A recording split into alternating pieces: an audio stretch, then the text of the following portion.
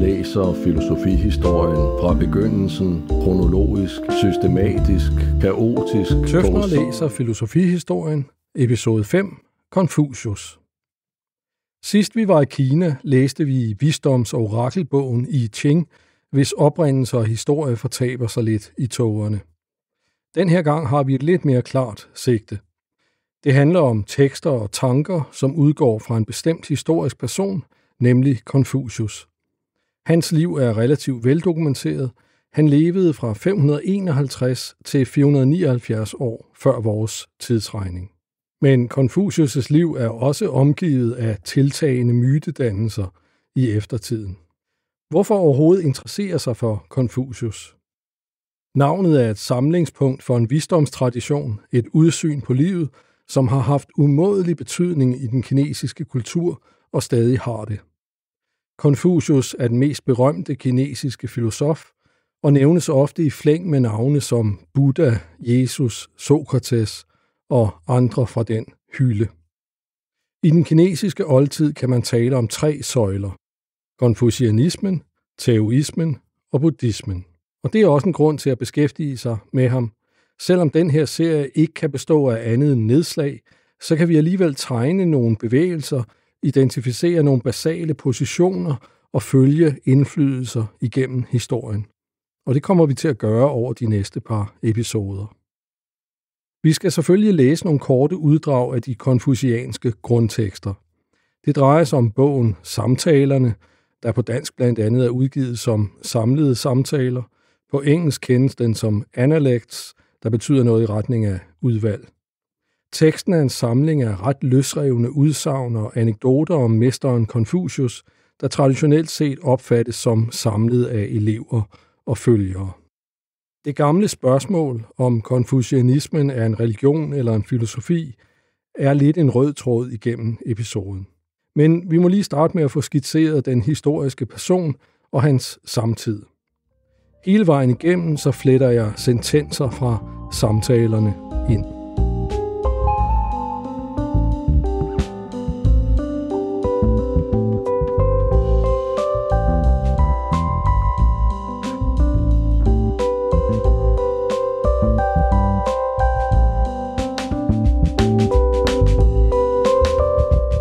Konfucius levede som sagt fra 551 til 479 år før vores tidsregning. Ifølge langt de fleste historiske kilder i hvert fald. Der er bred konsensus om det fødsels- og dødsår, så han blev altså 79 år gammel. Hans fulde navn var Kong Chor. Kong er familienavnet, og Chor personnavnet. For- og efternavn er omvendt i forhold til den rækkefølge, vi tilfældigvis er vant til. Det er en lidt banal observation, men det er svært at undgå at se det som et udtryk for en forskel mellem en mere familiebaseret og et mere individualistisk perspektiv. Altså her er det familienavnet, der kommer først. Kong Fuzi betyder så noget i retning af den ærede mester Kong, og det er den benævnelse, som er latiniseret til Konfucius, og som også er blevet til Kong Futse. I Kina var og er han kendt som Kong Ze, eller noget i den retning. Mester Kong. Konfucius, ja nu holder jeg mig til den udtale, kom fra en lavadelig familie i staten Lu, nutidens Shandong-provins i det nordøstlige Kina, ud til det Gule Hav. Tiden var politisk ustabil og havde været det længe. Zhou-dynastiet havde regeret i Kina siden ca. 1050 år før vores tidsregning, men magten var aftagende og havde måske været det i flere hundrede år. Der var opstået mange småstater, som kongerne af Zhou ikke havde fuld kontrol over, og der var mange konflikter imellem de her stater. Adelsvældet var baseret på tildeling af landområder fra kongen, men nu tilranede lokale ledere sig selv jord og magt. Samtidig blev landbruget effektiviseret, der skete teknologiske fremskridt i forbindelse med brug af jern, og det skabte nye formuer. Byerne voksede.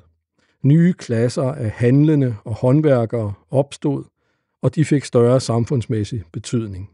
Samlet set så var det en tid med udvikling og omvæltning, som Konfucius forholdt sig til og talte ind i. Mesteren sagde, jeg er en formidler og ikke en skaber, og da jeg tror på og elsker de gamle, våger jeg at sammenligne mig med vores gamle penge. Mesteren sagde, den stille indsamling af viden, at lære uden at blive udmattet, og at undervise andre uden at blive træt af dem, det er de ting, der er vigtigst for mig. Mesteren sagde, at have dyd uden ordentlig dannelse, ikke at diskutere grundigt, hvad man har lært, ikke at være i stand til at bevæge sig i retning af den retfærdighed, man har fået viden om, og ikke at ændre det, der ikke er godt, det er de ting, der giver mig bekymring. Når mesteren ikke var optaget af forretninger, var hans væremåde let, og han så tilfreds ud. Konfucius kom fra Kung-klanen, der oprindeligt nedstammede fra Shang-dynastiets kongeslægt. Men det lå i fortiden. Konfucius' familie var ikke længere en del af det øverste aristokrati. Konfucius' far, Kong He, var en gammel og fattig adelsmand uden høj status eller embede. Familien levede i ydmyge kår, og Konfucius måtte selv arbejde som hyrde og i marken som barn. Som voksen blev han omtalt som en fattig adelsmand, som måtte undervise for at tjene til livets ophold. Han fik aldrig nogen fremtrædende rolle i samfundet eller nogen stor rigdom. En mand fra landsbyen Daxiang udbrød, filosofen Konfucius er virkelig stor, hans lærdom er omfattende, og alligevel er hans navn ikke berømt på grund af nogen særlig bedrift. Mesteren hørte bemærkningen og sagde til sine disciple, hvad skal jeg gøre for at blive berømt? Skal jeg øve mig i at køre karet, eller skal jeg øve mig i bueskydning? Jeg tror, jeg vil begynde at køre vogn. Mesteren sagde, en lærd, hvis sind er optaget af sandhed, men som skammer sig over lurvet tøj og dårlig mad, er ikke egnet til at diskutere med. Så vi må altså se Konfucius som en repræsentant for den lavere del af adelsklassen. En klasse, der var gået i forfald og havde mistet indflydelse. Det påvirkede sandsynligvis hans sociale bevidsthed og idealer om moralsk snarere end arveligt adelskab. På den baggrund er det oplagt at forstå hans generelle position som et resultat af en kombination af konkrete faktorer. Konfucius er konservativ, for så vidt som han holder de gamle værdier i hævd og ønsker at reetablere en status, han har oplevet gå tabt i sin familiehistorie. Men den her konservatisme er samtidig forbundet med en pragmatisme og en vis åbenhed over for social mobilitet, fordi han lægger vægt på moralsk dannelse og dyder og lærdom frem for blot fødsel. Konfucius udtrykker således både et traditionsbundet aristokratisk verdenssyn, kombineret med en vis forståelse for samfundets forandringer og en åbenhed over for at lade dygtige personer fra lavere klasser stige i graderne. Hans lavadelige baggrund synes at have skabt en blanding af konservatisme og pragmatisme i hans tilgang. Samtidig er der bestemt grænser for, hvor lave klasser han overhovedet vil være interesseret i at tale om og med. Mesteren sagde, mennesket er født til retskaffenhed. Hvis en mand mister sin retskaffenhed og alligevel fortsætter i livet, er hans redning fra undergang blot et resultat af held. Mesteren sagde, de, der kender sandheden, er ikke jævnbyrdige med dem, der elsker den, og de, der elsker den, er ikke jævnbyrdige med dem, der glæder sig over den. Mesteren sagde, med dem, hvis talenter er mere end middelmådige, kan de højeste emner diskuteres. Med dem, der er under middelmådighed, kan de højeste emner end ikke overvejes. Fan Shi spurgte, hvad visdom er. Mesteren sagde, det kan kaldes visdom at hengive sig oprigtigt til menneskers ansvar, og med respekt for spøgelser og genfærd at holde sig på afstand af dem. Han spurgte om perfekt dyd. Mesteren sagde, den dydige mand gør det at håndtere vanskeligheder til sin første opgave. Succes er kun en efterfølgende overvejelse. Dette kan kaldes perfekt dyd. Mesteren sagde, de kloge finder glæde i vandløb, de dydige finder glæde i bjerge, de kloge er aktive, de dydige er rolige, de kloge er glade, de dydige lever længst. Den konservative Konfucius kan indimellem lyde som den sure gamle mand henne på hjørnet, ham der ikke forstår de nye tider og ikke siger andet end, ak, de gamle dage var bedre. Mesteren sagde, et bæger med hjørner, der ikke er korrekt formede, er et mærkeligt bæger. Et underligt bæger med mærkelige hjørner er, hvad man får nu om dage. Mesteren sagde, selv i mine tidlige dage efterlod en historiker plads i sin tekst, som en anden kunne udfylde. Og den, der havde en hest, lånte den ud til en anden, så han kunne ride på den. Nu, ak, den slags findes ikke.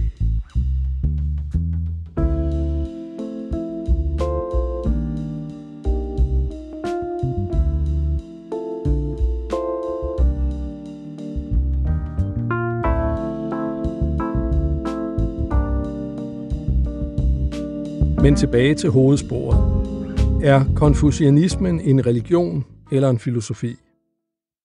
Teksternes indhold, de mange fortællinger lagt i munden på elever og følgere om, hvad Konfucius sagde og gjorde, er i langt overvejende grad pragmatiske og interesseret i, hvad det gode samfund, den gode hersker og det gode menneske er for en størrelse. På den måde fremstår det ganske sekulært og humanistisk, kunne man sige. Det er oplagt at drage en lille parallel med det nye testamente. Fra det nye testamentes bjergprædiken kender vi den gyldne regel. Alt, hvad I vil, at mennesker skal gøre mod jer, det skal I også gøre mod dem. Eller en mere moderne formulering, gør mod andre, som du ønsker, de gør mod dig. Jeg tænker, det er velkendt for de fleste, at den gyldne regel ikke er en kristen innovation, men et oplagt etisk princip, som findes alle mulige steder i mange forskellige versioner. En variant fra Konfucius lyder sådan her. Qigong spurgte og sagde, er der et ord, der kan tjene som en regel for praksis i hele ens liv? Mesteren sagde, er forståelse ikke sådan et ord? Hvad du ikke vil have gjort mod dig selv, skal du heller ikke gøre mod andre. De her gyldne regler er jo nogle helt basale, reciprokke principper. Og det er ikke dårlige udgangspunkter. Samtidig er det klart, at de gyldne regler ikke automatisk fører til etisk forsvarlige resultater. At bruge sig selv som målestok for, hvad der er korrekt over for andre, egner sig ganske fint til at diskriminere og undertrykke andre. Men det kan vi jo gå i dybden med en anden gang. Når vi nu er i gang med sådan en lille sammenligning, så er der et andet oplagt eksempel, nemlig budet om at vende den anden kind til. Fra Lukas evangeliet for eksempel, hvor det hedder, slår nogen der på den ene kind, så vend også den anden til. Det siger sig selv, at sådan en opfordring, uden at den er kombineret med betydelige mængder af fortolkning, og sådan set også nogle helt anderledes og modstridende principper, er direkte urimelig og i mange tilfælde vil være decideret skadelig og uetisk. Her er der også en parallel hos Konfucius, vi kan læse som mere pragmatisk og humanistisk. Nogen sagde, hvad siger du om princippet om, at skade skal gengældes med venlighed? Mesteren sagde, med hvad vil du så gengælde venlighed?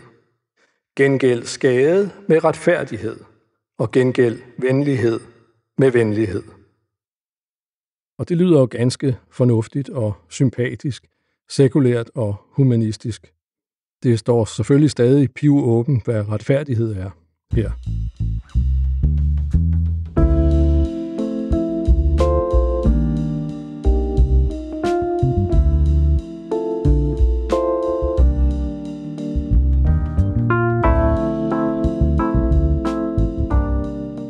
En anden overvejelse, som kan passe ind her, handler om noget, som konfucianismen ikke har.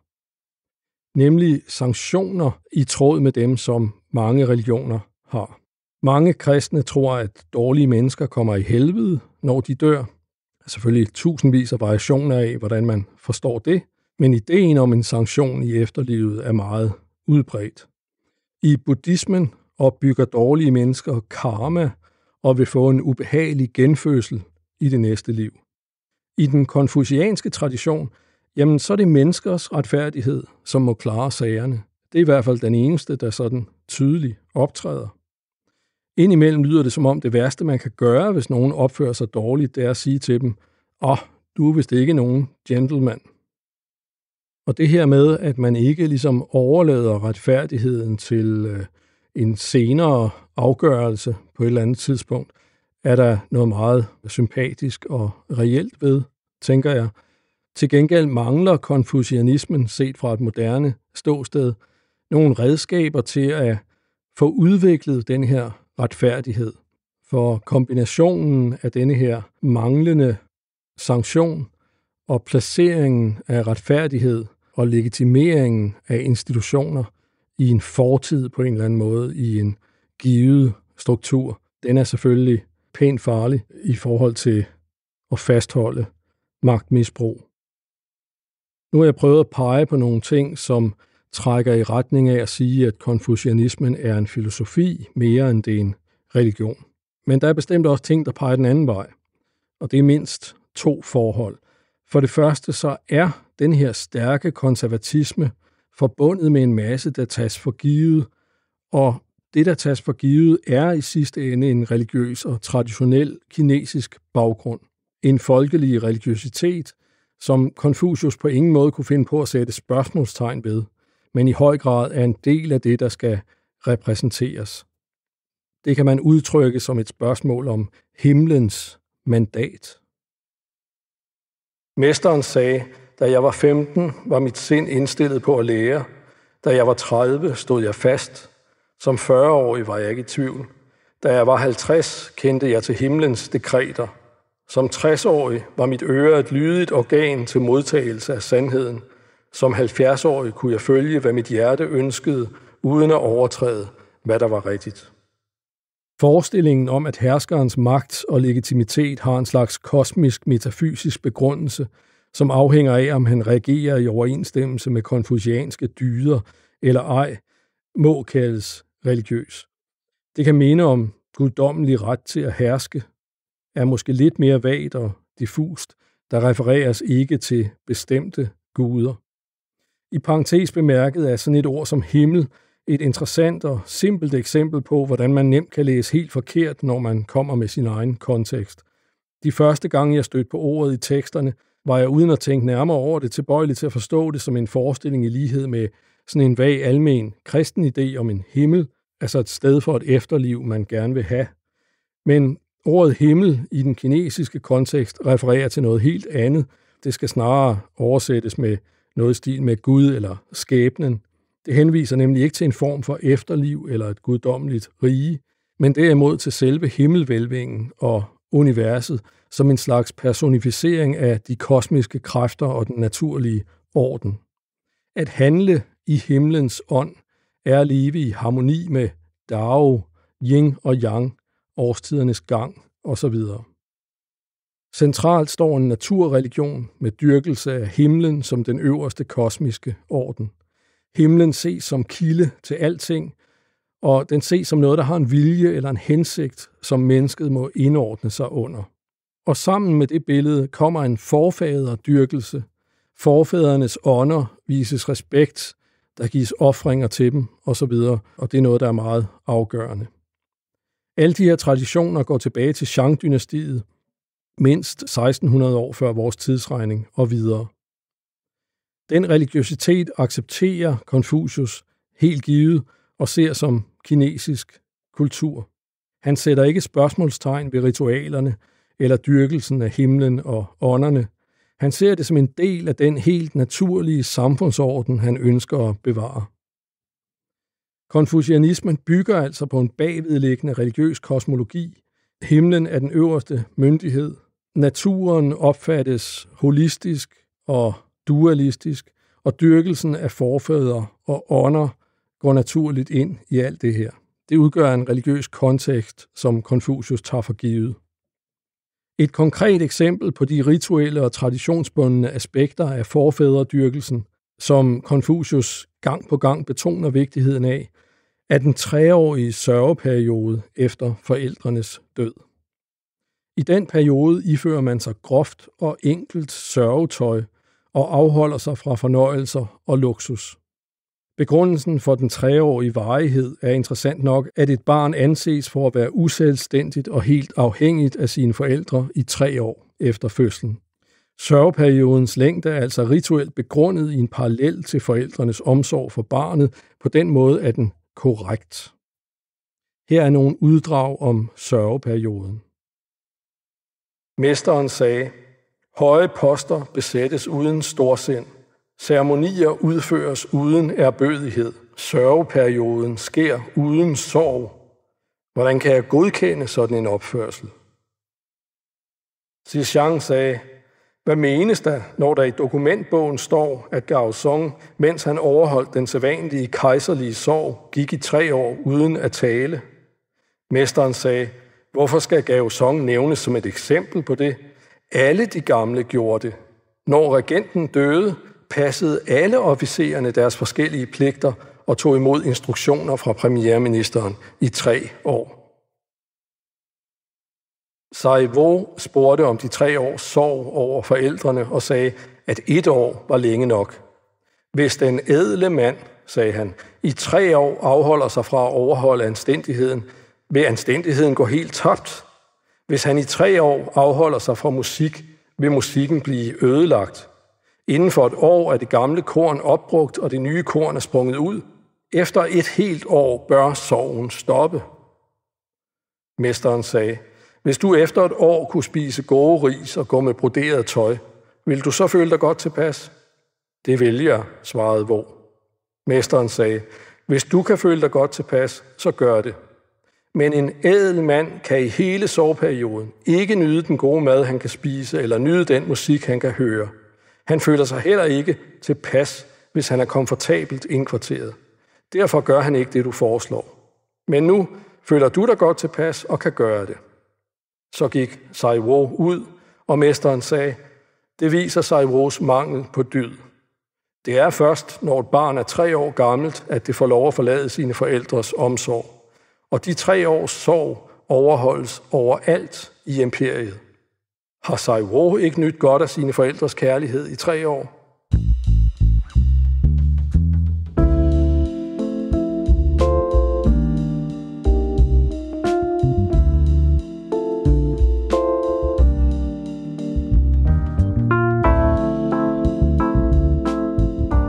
En anden grund, der skubber konfucianismen i retning af religiøsitet, har at gøre med en udvikling i eftertiden. Konfucius begyndte at blive genstand for egentlig dyrkelse. Hans grav blev et tempel, og han opnåede en status, der minder om en helgen. Det er formentlig ikke noget, Konfucius selv ville bifalde, men det viser, hvordan konfucianismen gradvist antager religiøse træk, og det er jo et eksempel blandt mange på vores menneskelige tendens til at gøre anekdoter bedre og større, indtil repræsentanterne for det, vi samler os om, er blevet helgener med magiske evner, hvis ikke deciderede guddomme. Overordnet set har konfucianismen altså både nogle verdslige, nogle humanistiske træk, men også nogle meget traditionelt religiøse aspekter. Hvis jeg skal forsøge at formidle, hvad essensen af Konfucius' lære er, altså bare det indtryk, jeg sidder tilbage med efter at have pløjet samtalerne igennem, så er det første udtryk, der dukker op, korrekthed. Altså korrekthed som i korrekt opførsel, korrekt adfærd. Konfucius' disciple er imponeret over mesterens evne til at udvise passende adfærd i vidt forskellige situationer, og over hans evne til at sige det rigtige. Korrekthed her er ikke rettet mod en idé om at komme til bunds, at udspørge kritisk, at diskutere forudsætningerne for noget logisk eller erkendelsesmæssigt eller empirisk. Nej, det er korrekthed som korrekt form, som passende indstilling, dekorum, dannelse, mådehold, pli. Konfucius så i sin landsby enkel og oprigtig ud, og som om han ikke var i stand til at tale. Når han var i prinsens forfædres tempel eller ved hoffet, talte han minutiøst om hvert punkt, men forsigtigt. Når han ventede ved hoffet og talte med de store officerer af lavere rang, talte han frit, men på en ligefrem måde. Når han talte med dem af højere rang, gjorde han det mildt, men præcist. Når herskeren var til stede, viste hans måde respektfuld uro. Den var alvorlig, men selvbehersket. Da fyrsten kaldte på ham for at få ham til at tage imod en besøgende, så hans ansigt ud til at ændre sig, og hans ben bevægede sig med besvær fremad. Han bøjede sig mod de andre officerer, som han stod iblandt, og bevægede sin venstre eller højre arm, som deres position krævede, men holdt skørterne på sin kappe foran og bagved jævnt justeret. Han skyndte sig fremad med sine arme som en fugls vinger. Når gæsten havde trukket sig tilbage, rapporterede han til prinsen: den besøgende cirkulerer ikke længere. Når han gik ind ad paladsporten, så han ud til at bøje sin krop, som om den ikke var tilstrækkelig til at lukke ham ind. Når han stod, optog han ikke midten af porten. Når han gik ind eller ud, trådte han ikke på tærsklen. Da han passerede prinsens ledige plads, syntes hans ansigt at ændre sig, og hans ben bøjede sig under ham, og hans ord kom, som om han næppe havde åndedræt til at udtale dem. Han gik op i modtagelsessalen, mens han holdt sin kappe oppe med begge hænder, og hans krop var bøjet. Han holdt også vejret, som om han ikke turde trække det. Da han kom ud fra publikum, begyndte han, så snart han var kommet et trin ned, at slappe af i ansigtet og se tilfreds ud. Da han havde nået bunden af trappen, gik han hurtigt frem til sin plads med armene som vinger, og da han indtog den, viste hans væremåde stadig respektfuld uro. Da han bar sin herskers scepter, syntes han at bøje sin krop, som om han ikke var i stand til at bære dets vægt. Han holdt det ikke højere end hændernes stilling, når man bukker, og heller ikke lavere end deres stilling, når man giver noget til en anden. Hans ansigt så ud til at ændre sig og se bekymret ud, og han slæbte sine fødder med sig, som om de blev holdt fast i jorden af noget. Da han overrakte de gaver, han var blevet pålagt, så han rolig ud. Ved sin private audiens så han meget tilfreds ud. Den ædle mand brugte ikke dyb, lilla eller sådanne farver i sin påklædning. Selv når han var afklædt, bar han ikke noget rødt eller rødligt. I varmt vejr havde han en enkelt beklædningsgenstand af enten grov eller fin tekstur, men han bar den udstillet over en indre beklædningsgenstand. Over lammepels bar han en sort klædning, over hjortepels en hvid og over rævepels en gul. Hans afklædte pels var lang, og det højre ærme var kort. Han krævede, at hans sovetøj skulle være halvt så langt som hans krop. Når han opholdt sig hjemme, brugte han tykke skind fra ræv eller grævling. Når han lagde sorgen fra sig, bar han alle bæltetøjets vedhæng. Hans underbeklædning, undtagen når den skulle være plisseret, var lavet af silke, der var skåret smalt for oven og bredt for neden. Han bar ikke lammeskind eller en sort hue på et kondolencebesøg.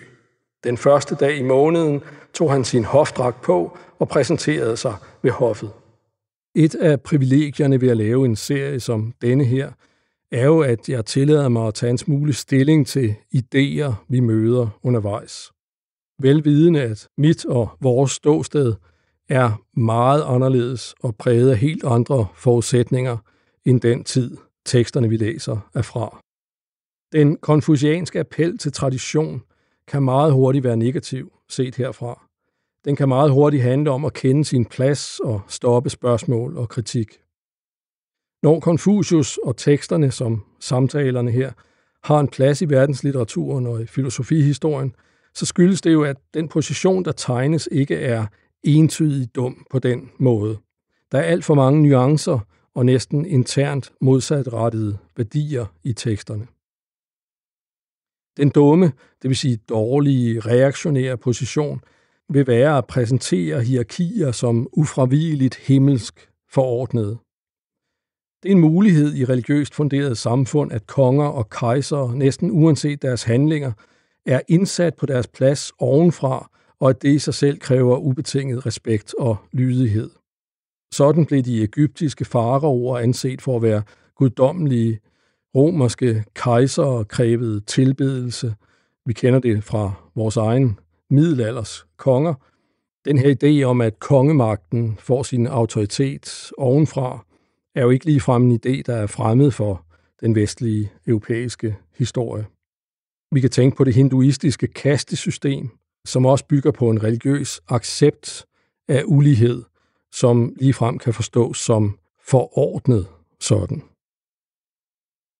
Nu mener jeg selvfølgelig ikke, at religiøse verdensbilleder altid og som sådan er reaktionære på den måde. Men der ligger oplagt et frø til en legitimering af uretfærdige magtstrukturer. Det ligger lige for at tolke hierarkierne sådan, at de eksisterende hierarkier er uantastelige og uomtvistelige.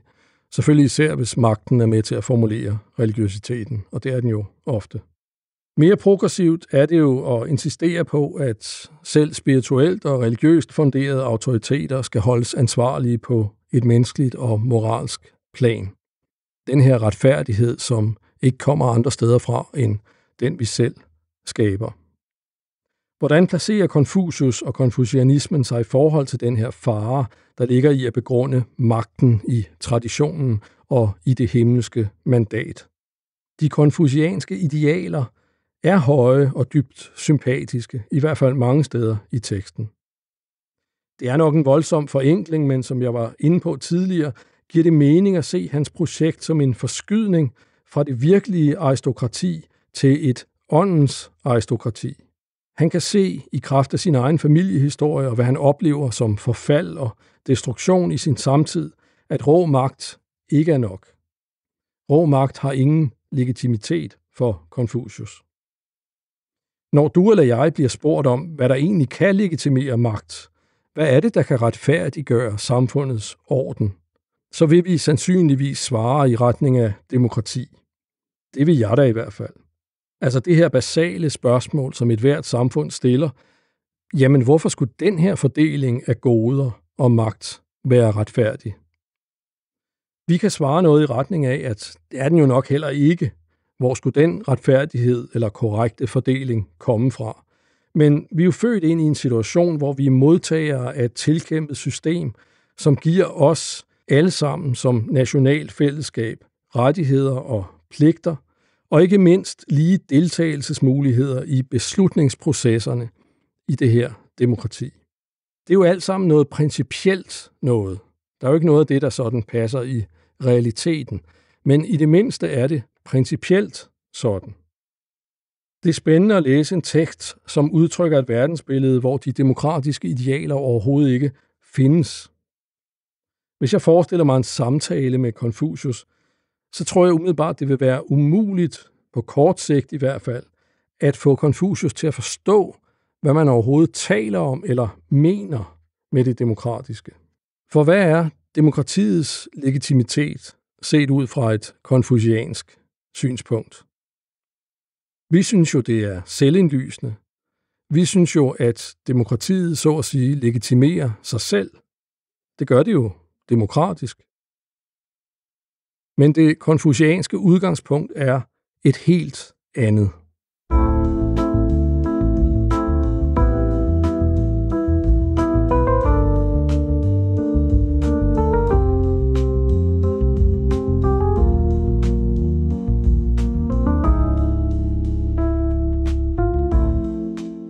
Jeg prøvede for sjov at skrive en lille dialog med Konfucius. Mester Konfucius, jeg vil gerne fortælle dig om en styreform, der kaldes demokrati. Ja, fortæl mig, hvad er dette demokrati for en størrelse? Jo, i et demokrati vælger folket selv sine ledere. Alle borgere, uanset deres stand, har ret til at stemme og være med til at bestemme, hvem der skal regere. Du siger, at alle, uanset deres dannelse og visdom, skulle have lige magt til at vælge ledere. Hvem skulle så sikre sig, at de valgte ledere er dydige og ædle og vise nok til at regere retfærdigt? Jamen, det er netop pointen, mester.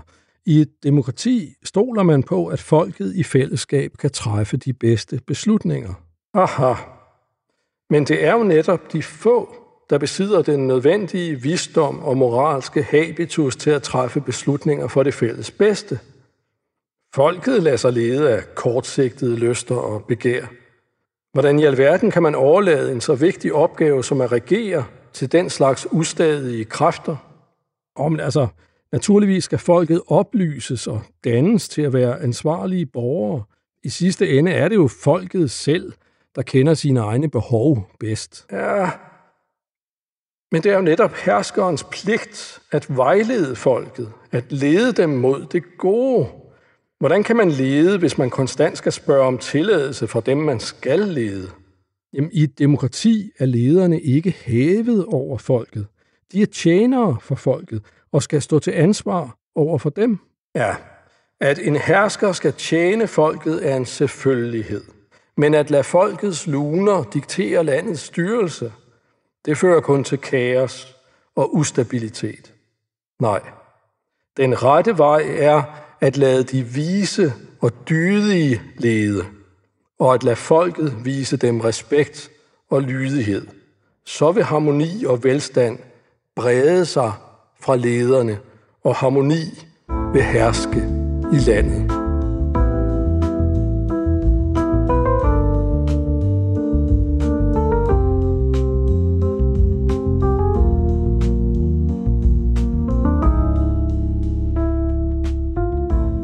Ja, slut på det lille dialog-eksempel.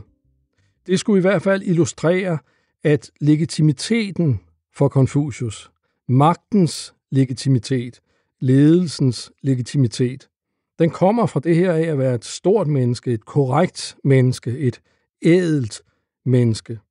Ordet dydsmønster kan være godt her. Ikke den almindelige nedvurderende betydning, men forstået helt bogstaveligt at være et mønster for dyden. Det er centralt i Konfucius' tænkning, at dyden og det korrekte, mennesket, der helt igennem er korrekt, ikke alene er ære og respekt værd, men også er kolossalt vigtige som et mønster for andre. Vi skal være mønstre for hinanden. Fyrster, prinser, konger, hele aristokratiet har i en særlig grad ansvar, bør i særlig grad være korrekte, for de udstråler, emanerer denne her dyd, de her værdier. Det er noget, der smitter af, godheden og retfærdigheden. Det breder sig som ringe i vandet i hele samfundet. Eller skulle man sige, det regner ned oppefra, for det er først og fremmest ovenfra og ned. At lede er lede ved eksempel. Det er det himmelske mandat. Qigong spurgte om regeringen. Mesteren sagde, forudsætningerne for en regering er, at der er tilstrækkeligt med mad, tilstrækkeligt med militært udstyr, og at folkets tillid til deres hersker er tilstrækkelig.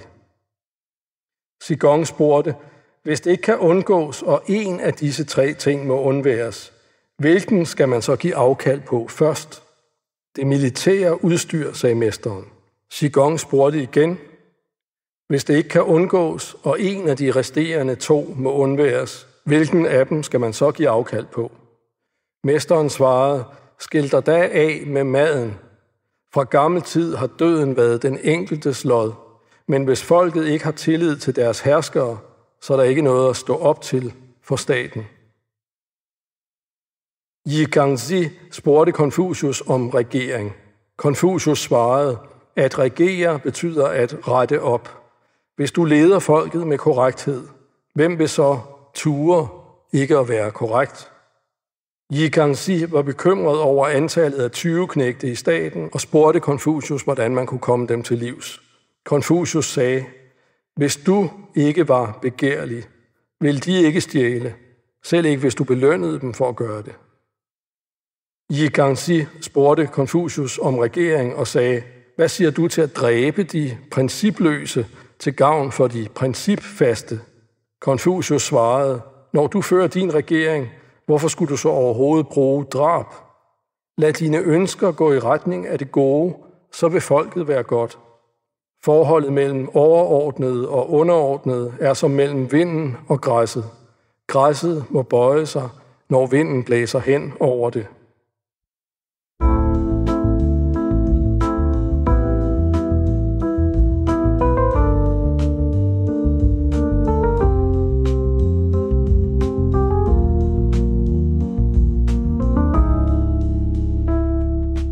Her til slut vil jeg nævne en ting, som er fraværende hos Konfucius og i konfucianismen.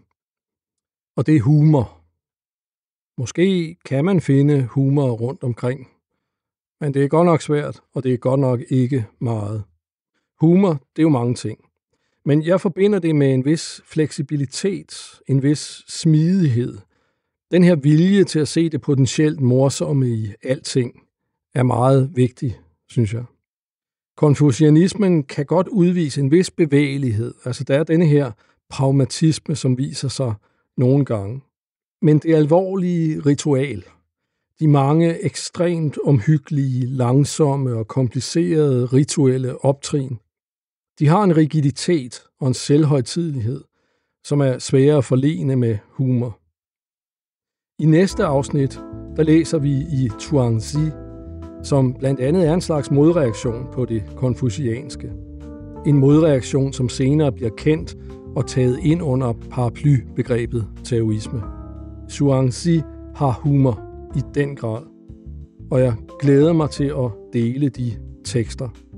Jeg blev selv rigtig glad for at lære dem lidt at kende. Form og korrekthed er ikke altid dårligt. Det er tit rigtig godt. Nogle gange så er det imidlertid både lattervækkende og malplaceret. Jeg håber, at du oplever en balance mellem det ene og det andet. Det er ligesom det med dialog. Man skal både tale og lytte. Tak fordi du lyttede.